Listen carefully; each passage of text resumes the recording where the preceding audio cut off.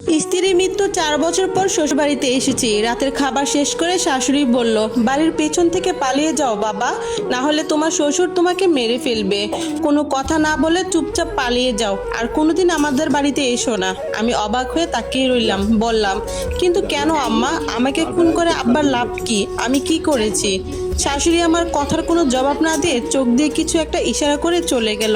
আমি চুপচাপ করে বসে রইলাম। হঠাৎ পেছনে কারোর উপস্থিতি অনুভব করে গাড় ঘুরিয়ে দেখি এই বাড়িতে যে ছেলেটা কাজ করে সেই বাদল দাঁড়িয়ে আছে।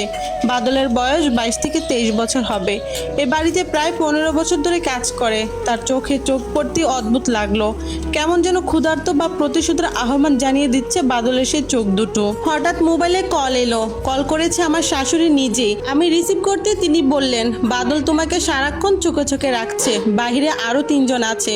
কেউ যেন বুঝতে না পারে যে তুমি ওদের উদ্দেশ্য জেনে গেছো। রিক্তার বাবা তোমাকে রিক্তার মৃত্যুর জন্য দায়ী করছে। আমি কিছু করতে পারলে করতাম বাবা। তুমি পালিয়ে যাও। আমি চাই তুমি নিজের জীবন নিয়ে যেন ফিরে যাও, আর আমি আমার সংসার নিয়ে বেঁচে থাকি। মেয়ে তো চলে গেছে, এখন তোমাকে মেরে স্বামীকেও হারাতে চাই না। আমি আগে জানলে কিছুতেই তোমাকে আসতে বলতাম না। রিক্তা আমার মৃত স্ত্রীর নাম। শাশুড়ি